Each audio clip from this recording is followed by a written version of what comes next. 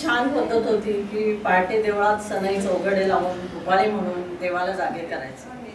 भूप रागाचा प्रकार हा पहाटेचा आहे.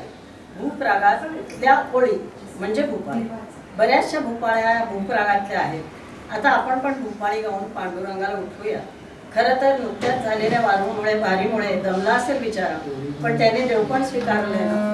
जया की मोठेपणा तया यातना कठीण, त्यामुळे त्याला उठून पुन्हा जगदोद्धाराच्या कामाला लावूयात. आता उठ उठ पंढरीनाथा, मीच गाणं.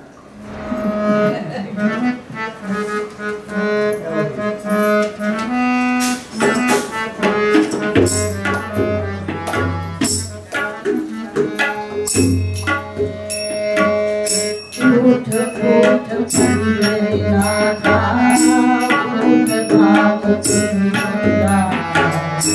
उठ उठ पंढरीनाथा, उठ बाप तुझा. उठ पांडुरंगा देवा, पंढरीनाथा देवा,